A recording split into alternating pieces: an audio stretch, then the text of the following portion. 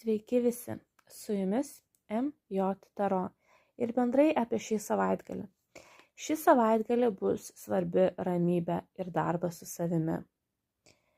Jeigu turite kažkokių tai įkyrių minčių, jūs vedančių į depresiją, jeigu turite kažkokią tai nerimą, pasižiūrėkite atidžiau į tai, dėl ko jūs nerimaujate.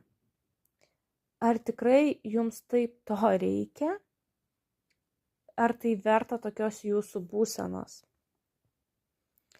Analizuokite save, dirbkite su savimi, žiūrėkite į savo sielą kuo giliau, kuo atviriau, nes šį savaitgalį jūs turėsite, kaip ir jau minėjau, dirbti su savimi tam, kad vėliau galėtumėte pasiekti pilnatvę ir didelį džiaugsmą.